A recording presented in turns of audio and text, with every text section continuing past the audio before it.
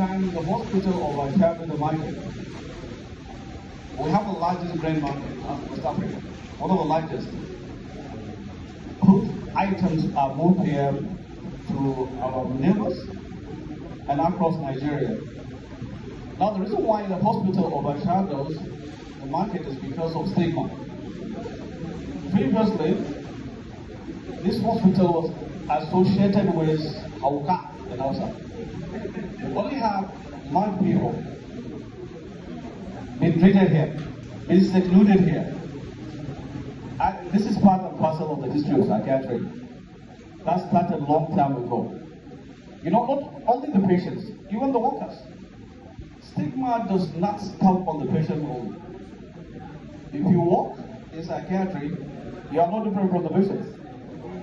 So those days, the people who work here are people who are passionate.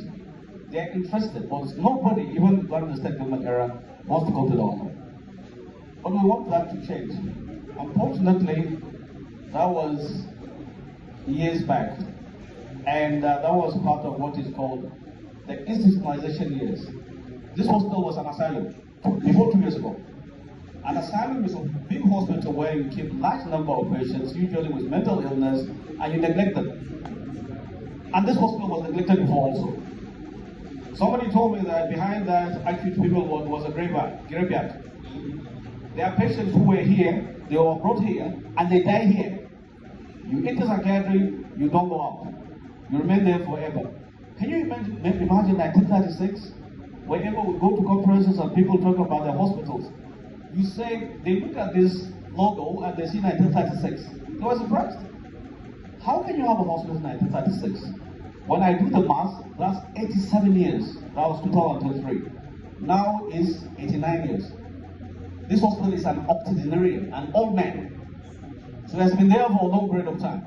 It has gone through periods from the colonial time to a brief stint by Rotary Club that took over this hospital as a reformatory center, a rehabilitation center, before it was taken over again by the state government. There is one thing very important that we didn't talk about. In fact, the part of the psychiatry, I made a connotation, start from here. Here, this is the launching pad. The two wards, the administrative building, and another 2 or 3 buildings that are renovated, were taken over, were donated by Americano when they moved away from here. So this hospital also marked the beginning of psychiatry in the teaching hospital. They left here in 2009. And they left because of the deinstitutionalization, that psychiatry should be part and parcel of treatment of other people together in a big hospital, not isolated. Anyway, we're here today to, just like what the MD said, to celebrate the hospital and you, the workers.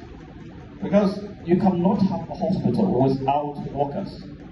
It's just like having, like what Shanta said, is so the most important thing are the workers.